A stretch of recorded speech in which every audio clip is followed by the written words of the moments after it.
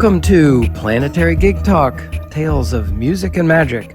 I'm your host, Jefferson Glassy, Chief Spiritual Dude of the Planetary Gig Society, whose mission is creating unity through music. But as I really like to say, making connections through music with the intention of bringing peace. And today I am in Studio One at the worldwide headquarters of Planetary Gig Society and speaking by Zoom video to a friend, great musician, met at Wooten Woods. We'll get into all that. Hubert Gonthier-Blouin from Montreal. Hello. Hubert, it's so great to literally see you and also have the opportunity to talk with you. I very distinctly remember when I first met you, I was on the porch at Wooten Woods, the porch of the woodshed. I guess it's called Dinah's Woodshed. And, you had just gotten off the bus. You had just gotten there, I think, and just kind of wandering around. And we were up, I had that Ngoni, that African instrument, I think, and we were sitting up there playing a little bit, and you came around and said, "Hey, I'm Hubert." So I thought, man, okay, this is Hubert. So I'm going to be knowing him and talking with him more. And it was very distinctive to me. So I'm sure that music put us in touch with just this kind of thing in mind right here.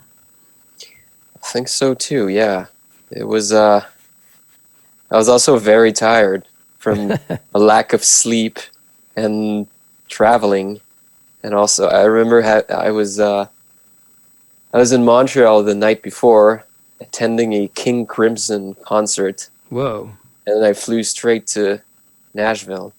It was a hectic night, but it was great to be back. And I don't know, I guess being back to Wooten Woods, it's a different vibe, and it's all these barriers kind of fall off, and you just start talking with people. That was my attitude getting back there.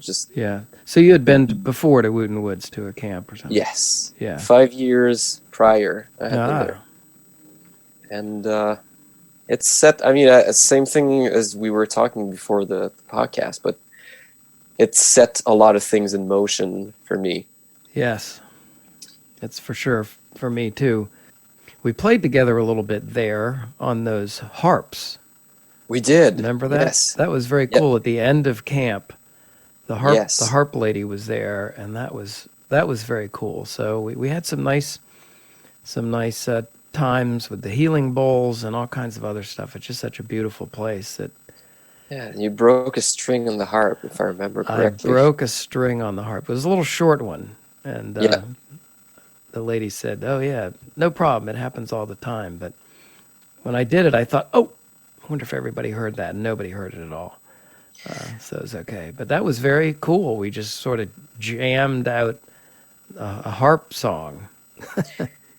We did, and the magic and the music was definitely there and happening. And it was one of these moments where the music stops, but it's still there, lingering for a few seconds before people start talking. Yeah, it was cool. Rachel and Dylan and Nathan and you and me and... Yeah, that's right. It was very cool. There's a video of it somewhere. I'm surprised it doesn't have 1 million views or anything so far, but you know. It's all good. It's all good. When the time is right. Yeah. If there is such a time. So, remind me where I know you're living in the Montreal area now, I guess it's fair to say. Is that where you're from?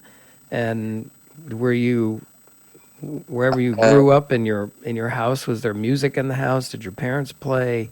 How did you kind of get onto this path? Well, it was kind of somewhat of an easy thing, because both my parents were are musicians. So there you go. Yeah. And I'll get back to that in a few minutes. But I grew up. I was born near Quebec City, which is 3 hours from Montreal. It's the capital of the province. Mm-hmm. Though it seems like people are more aware of Montreal than they are of Quebec City. But I was to say, I was born there, but then lived in the suburbs of Montreal, and my parents split. My dad, I lived with my dad and my brother 15 years in the vicinity of Quebec. My mom moved to Montreal, downtown. She's been in for 20 years. And I moved to Montreal 5 years ago to make more music. And this year, after 5 years, I moved out. And I'm in the process of buying a little house. Nice. An hour and a half. Yeah, it's great. An hour and a half away from Montreal. This is where the journey has taken me. Nice. Yeah. Well, I'm going to look forward to going to that house sometime. Come over. That's it's great for music. There's so much space, quiet, nature, no Wi-Fi, and I don't intend on having any Wi-Fi. It's a simple life, as some would say. Yeah. So you started playing. How old were you when you started playing, and what instrument? Yeah. Well, my mom has been she's a piano player. Has been playing since she was 3. So she's got like a solid 55 years of piano music. Wow. In her. My dad was a drummer. Doesn't perform as much, but that was his bread and butter for a good amount of years. But oddly enough, they didn't force us into music, my brother and I, because I think they knew how hard of a life that is. Yeah. Yeah. So it was not like an early musical education, though. I mean, I was not born into the world, and my mother was playing piano. That's kind of where it all started. Yeah.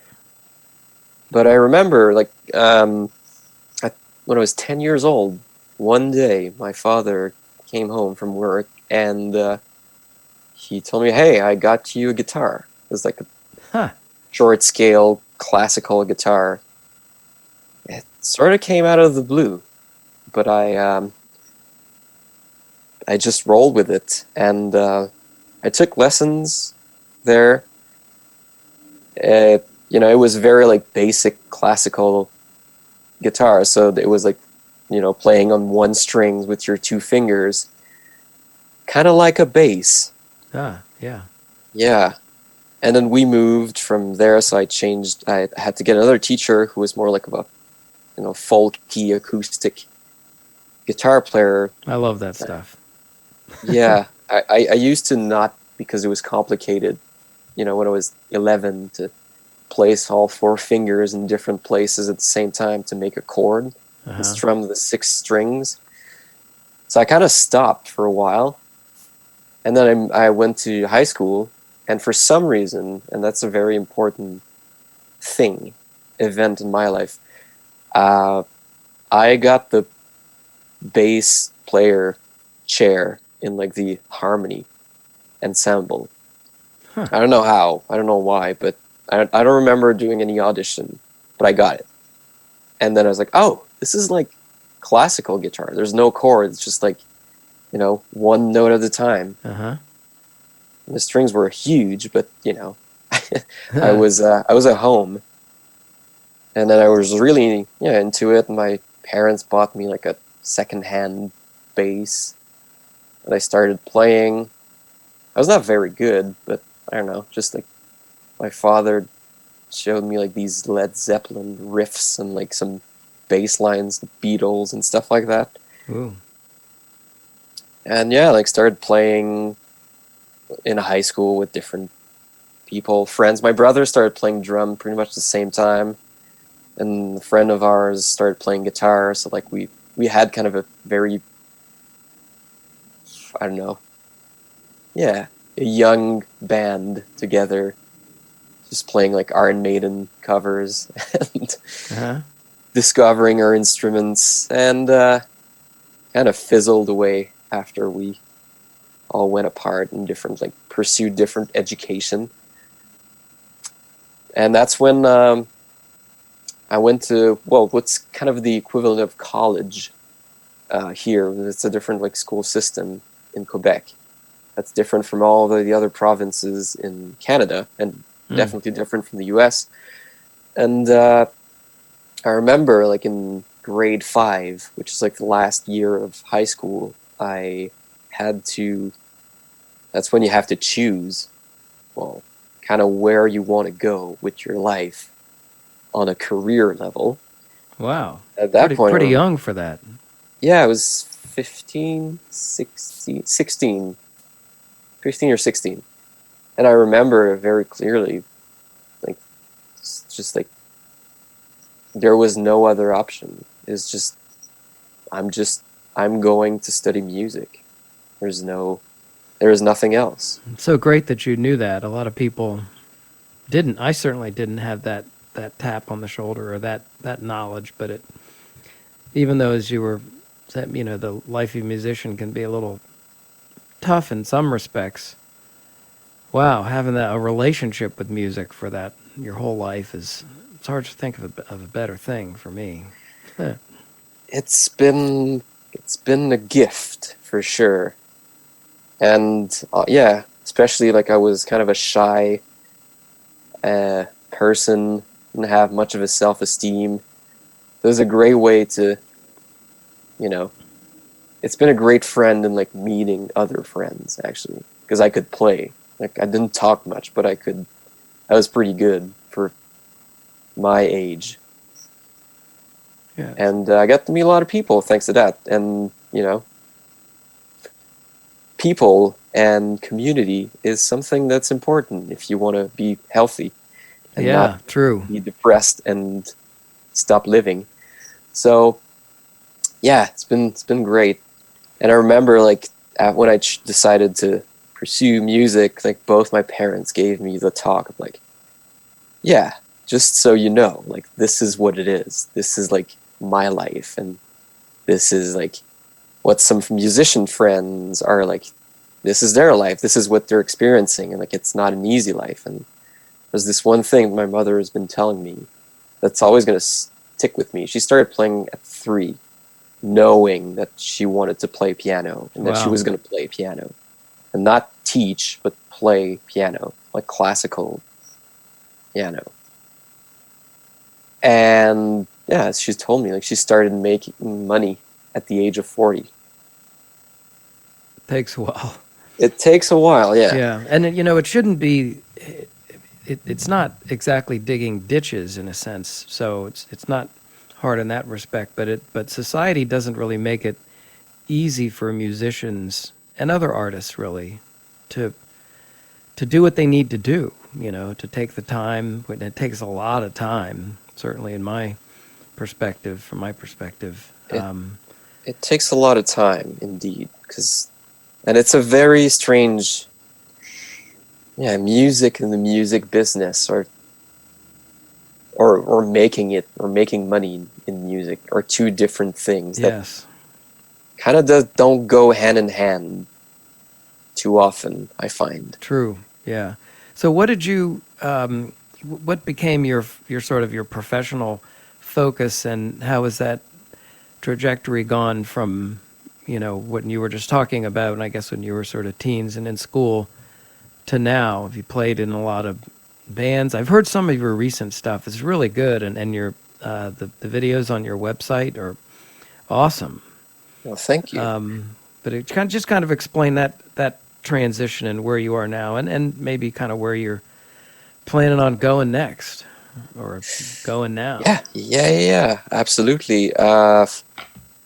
I studied bass in school. I played a bit of double bass, but it was, I don't know, we had to do double bass when it was mandatory at our school. And like I remember me and two of my best friends who were still best friends, like we were the three bass players who didn't want to play classical double bass. Like we wanted to play jazz and I don't know, just slap the bass, and we were so into Victor Wooten and all of that hip bass stuff. So yeah, I pursued jazz and like that I guess, college, one could call it. And yeah, bass was it for a long time, for many years. But then I started traveling, and I discovered, I discovered philosophy, so I got a diploma in philosophy. Whoa, cool. Yeah, but that kind of led me to different places, I guess, but I dropped out of that. I got like a 1 year certificate thing. Then I dropped out for 2 years, and then, but I always kept like the focus of wanting to play music. I play with different people. I had a death metal band with my brother for quite a few years, All right. like super progressive death metal band, which we we were pretty good on our respective instruments. We had our skills, and our riffs were as good as our songwriting skills were lacking, which goes to, yeah, which tells you a lot about or how unstructured the music was. But it was a good school of learning. I would play with other people, trying to like play jazz too. I thought like, because to me jazz was the most advanced type of music ever. Like I was not very drawn to classical music because there's always this. Well, you have to stick to the score. Yeah. Which when I was younger, I was rebelling against that, which is why I wanted to play jazz and find my own voice and discover who I was through music and in music. So yeah, kept that going a lot. And where did that take us? Yeah, at some point I moved to Montreal because I had a girlfriend there, and the scene in Montreal was quite vibrant. And I also started like playing guitar more. I started writing. These just a lot of ideas, like getting them together. Started like recording some ideas, and just like finding that side of music in me that was like so different, and in some way, I wouldn't say more honest, but as important as the bass side and like more, I don't know, technical, academic side of music and like theory and all that.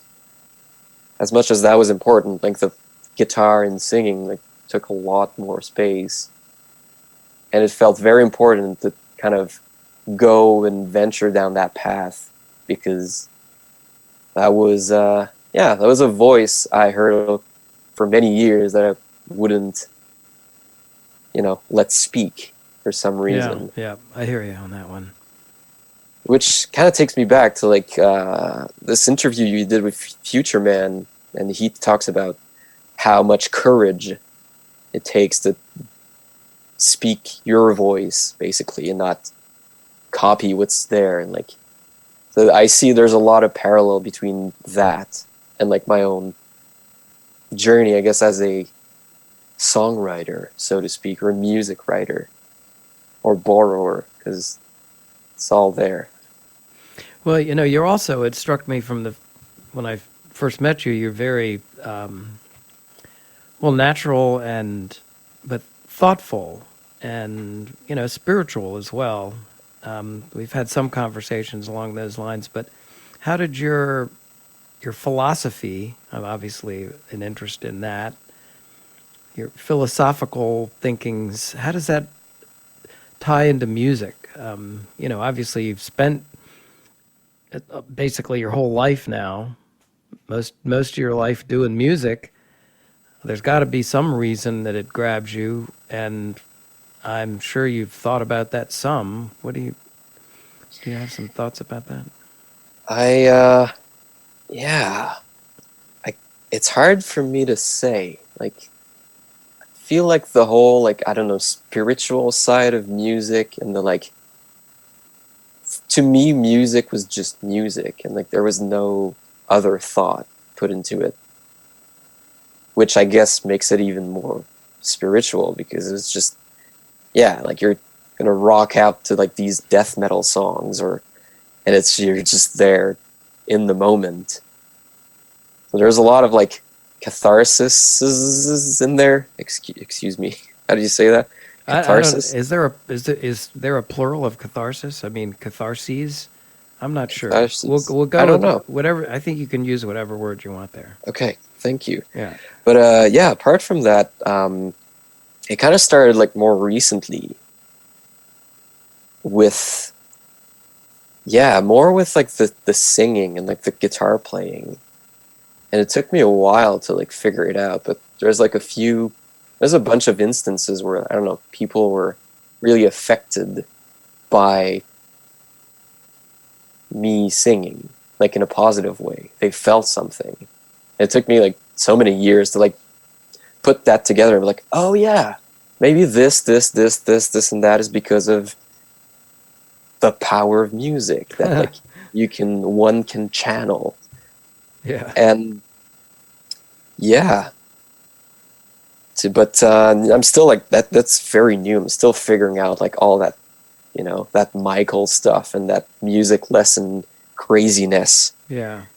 and how to like put it there. But it's hard because also, I've been trained in school with music. I've studied philosophy, and it's all like very rational, brainy stuff. And like, I feel like music is above that, and it's, it's definitely above that. And there's like this magic in it that I'm still trying to, well, not figure out, but get in touch with more. Well, I mean, you just mentioned the word magic, and when I set up the little slogan thing for this planetary gig talk, Tales of Music and Magic, I thought, well, that's being a little bit weird, isn't it? Tales of Music and Magic. It sounds kind of, over the top.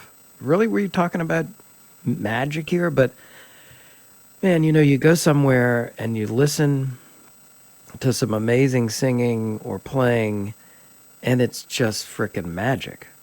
There's, it just transcends so much else. And I think you're right. It's not just the brainy stuff. It's really the above that, but more intuitive. I mean, so can you talk about what that magic means to you, or how that magic has sort of carried you along, or is leading you somewhere? Or Yeah, well, I think it goes hand in hand with living and growing.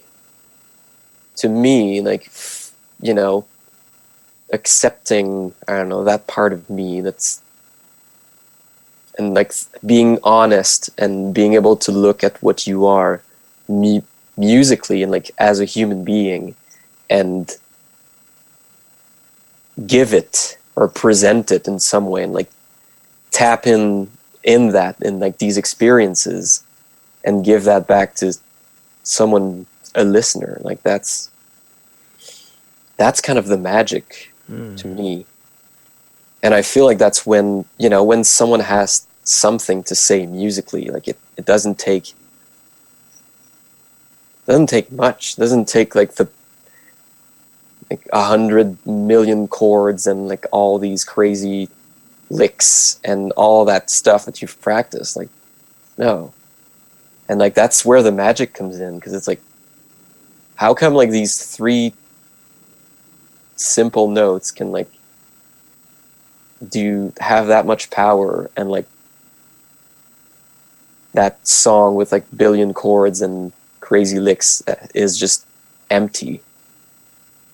And I'm still like searching. I have no real answer. It's mostly like questions. I'm still trying to like wrap my head around it, and like I'm also like I'm trying to learn through my own experiences and not follow any guru or, I've been listening to your podcast and like some other things where some people like Michael is talking about like these crazy ideas, but I want to figure that out myself. And like I can, there's like, that's some charted territory there that whoever charted, but like I need to get there myself to figure it out. It's not like, oh yeah, he said that, therefore it's true. It's like, Right, right. I mean, people can kind of, it's like walking on a dark path at night, you know, people can kind of shine a little bit of light so you don't run into a tree, or, you know, maybe help you take one easier bit of a path than a more rocky one or something. mhm. But you really, you know, I mean, you do strike me as very much of a sort of a seeker and a spiritual guy. Let me ask another question, because I remember you told me at camp that you were involved with, I think it's kind of a music and nature sort of a, maybe that's where you were working, or you were working for a while. And how does that, if you can tell us about it, but also describe a little bit about how that ties into what you're doing and maybe what lessons you've seen from that. That is a great story. And it all begins 5 years ago at Wooten Woods, of all places, Ha. which is even better. Yeah, yes, better. Yeah. Yeah, just to make it quick, went to camp 5 years ago. I was 25. I was clueless about life, clueless about a lot of things. I don't think I had started I hadn't even started really the silk thing, which has become a big part of my life, like That's this your music that's project. your group or your band or Yeah, what? How do you? Yeah. yeah. So I mean, it's a duo, so okay. it's kind of hard to call this a band, but it's a music entity for sure. Yeah. So it was like in a lifetime ago, and then yeah, I met this guy on the shuttle. Forgot his name, but he was so trained in the nature stuff. He had a wilderness awareness school. Richard In Cleveland, maybe. No, he was there though, but it Yeah. was Okay. a participant. Oh yeah. Okay. Tim something. Hmm. Hi, Tim, and we just started chatting, and we were walking in the woods, and he's just like, oh yeah, this is this plant, and this is a poison ivy, but that plant over here is gonna help you if you get stung by poison ivy, and you can make rope from these. And I was just blown away from all that knowledge, and Richard's knowledge too. Yep. like wow, these people, I go into the forest, I see rocks, trees, leaves, and plants. They see, what do they see? I don't know. The Like webs of knowledge. interaction of life, knowledge. Yeah. Yeah. So that really got my attention, and then the whole music side of it was crazy, and just such an awakening in so many areas of my life. And I came home and I was like, yeah, I need to learn more about nature. And that got shelved for a couple of years because that's how life is Yeah. sometimes. Yeah. All this to say, 3 years and a half later, uh, I met somebody very special who was doing this program at a nature school in Montreal. And that got my attention. I signed up for a program there, and I started working for them real quick because I'm a translator, and they needed somebody to proofread their website and stuff. So I started working as a translator, and then I got a job there as an administrator, which is a lot of computer work. But yeah, so that's been so cool, so great crew of people. My boss is a student of Tom Brown Jr. and Oh John, yeah. and he knows Victor Wooten because he's a bass player. And then coming back to camp this year, all the nature exercises we did, it's oh, we do that too. And it all comes from the Tom Brown Jr. school. It's it's all weaved in together in some really cool, special way. And it's the same thing as the Wooten Woods, where there's a lot of healing there, and a lot of helping people just be. Yeah. Whether it's young kids or even adults who just have never been in touch with nature, have lost that side. Or you could replace, as Victor said, you could replace music with nature, and it's just the same. But this is what I do now. I work like in a nature school, and that is like very related to the teachings of the Victor Wooten camp. It's very cool. I read, I've read the music lesson a bunch of times and listened to the audiobook. So have I. Yeah, but it wasn't. For a while, I thought, well, why don't I need to just read the Tom Brown Jr. book because it's just, there's a reference to it. There's strong reference to it, and Yeah.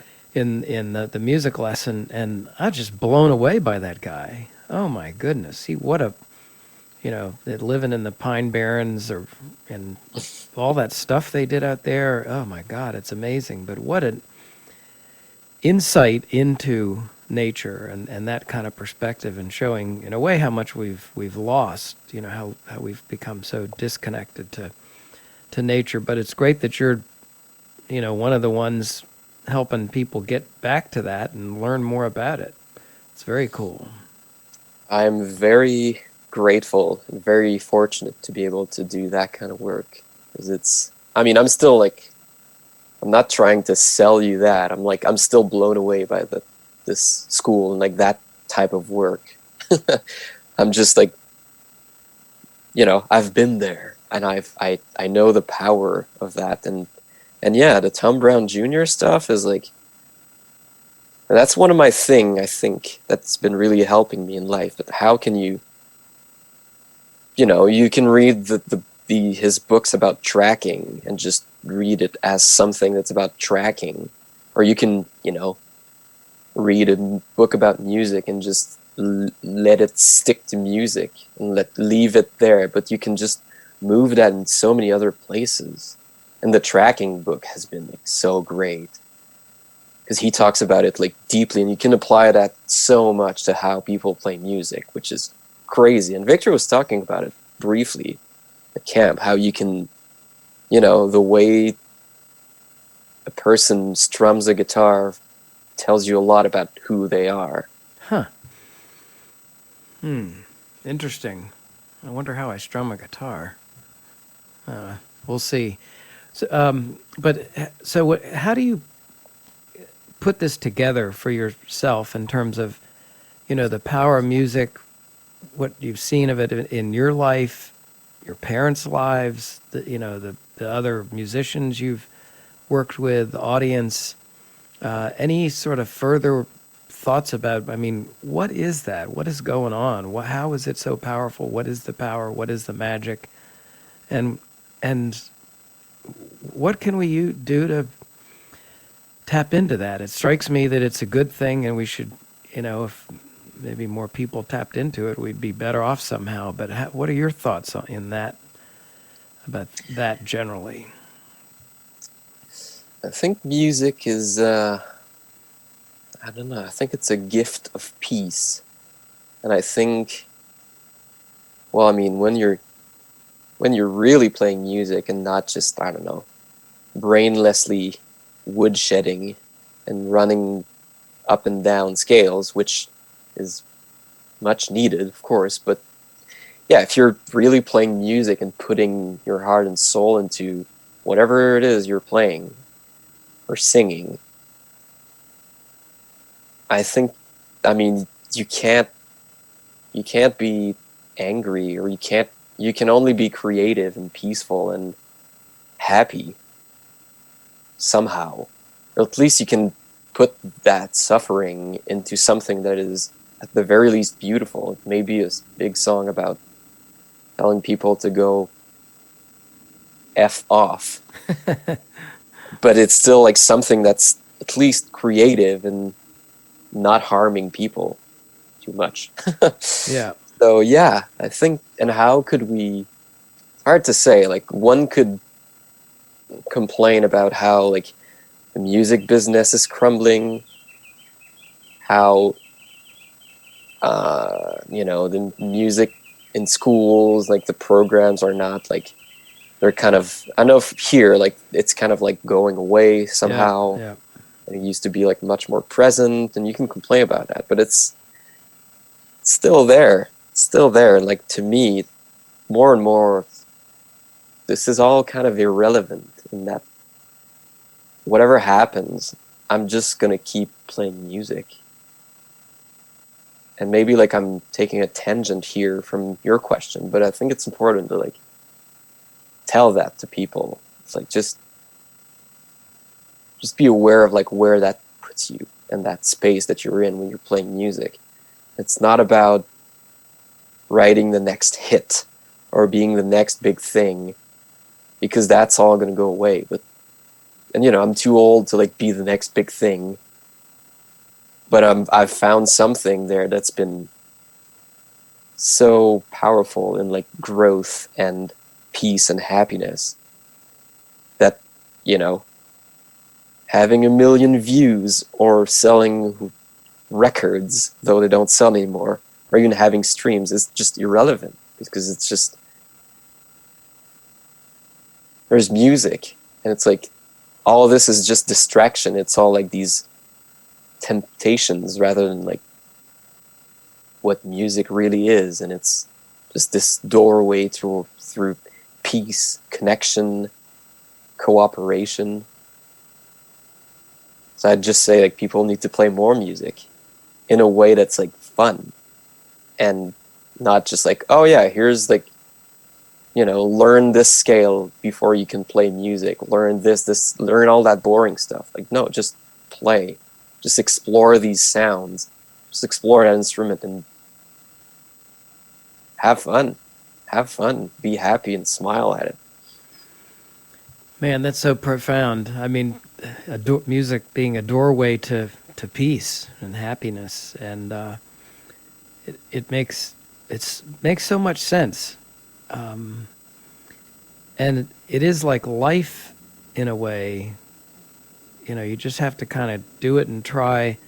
The more you can, and I'm learning this now, currently, the more you can just sort of let go with the music and just put it out there, it seems that much more what you get back in terms of your own peace or happiness or satisfaction is more.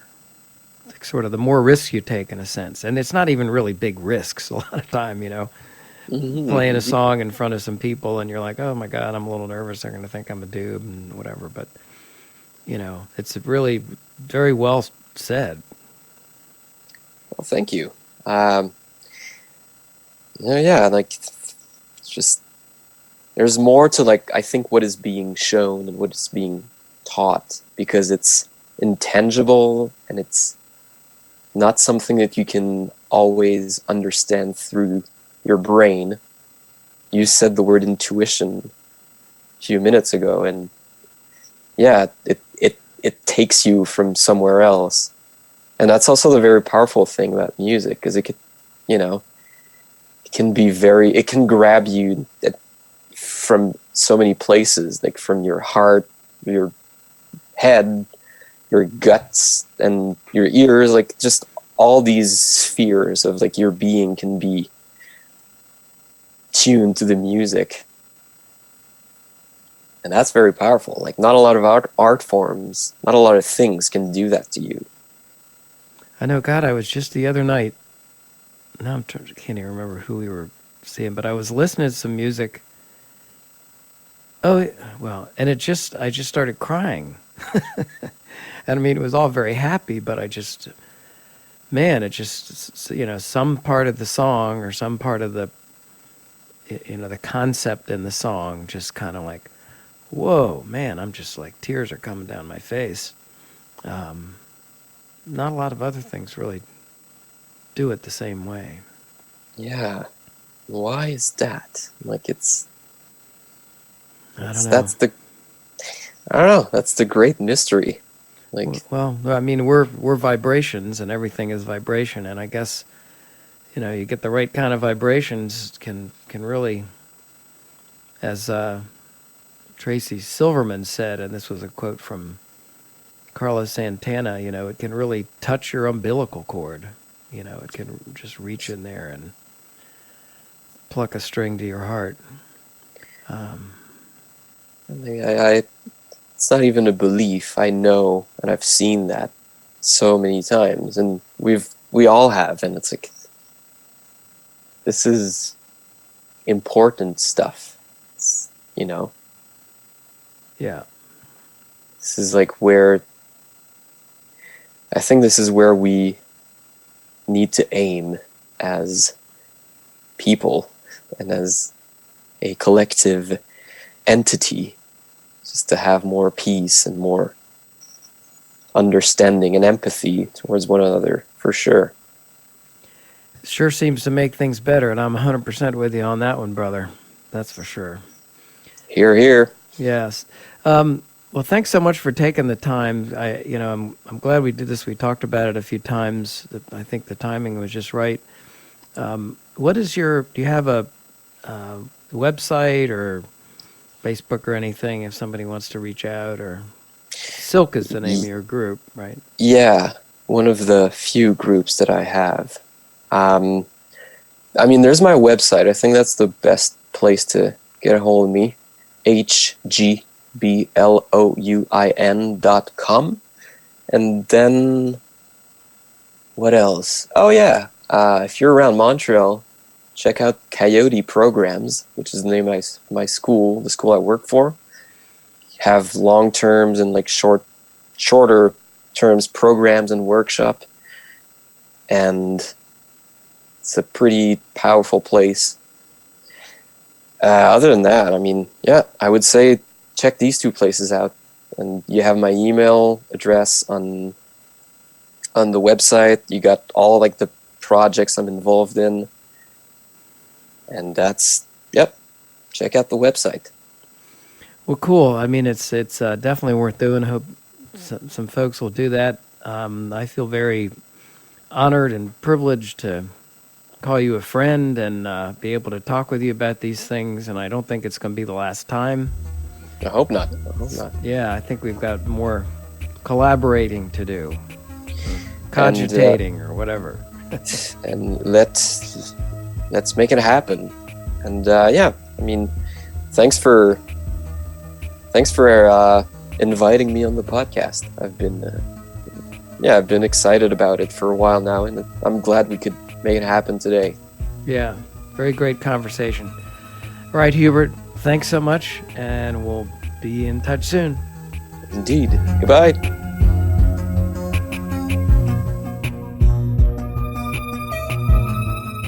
You've been listening to Planetary Gig Talk, Tales of Music and Magic. I'm your host, Jefferson Glassy, Chief Spiritual Dude of the Planetary Gig Society. We talk with musicians and others about the power of music and how we can use music to help create a better world. Please check out our website, www.planetarygigs.org, for information about some of the organizations promoting music and musicians, resources about the power of music, books, movies, articles, including new research on music and the brain. We welcome your support. The Planetary Gig Society is a Section 501c3 charitable organization, and you can donate on the website. You also can receive a free email signature block demonstrating your support for Planetary Gig Society. Please follow us on Twitter, Instagram, and Facebook at Planetary Gigs. And we want to thank fabulous musician and teacher Eric Weinberg of Little Eric Studios for the Planetary Gig Talk music titled Chill Kid, It's Saul. So please check out Planetary Gig Talk on iTunes, Google Play, and Stitcher. Subscribe and hear all the upcoming episodes. Thanks very much.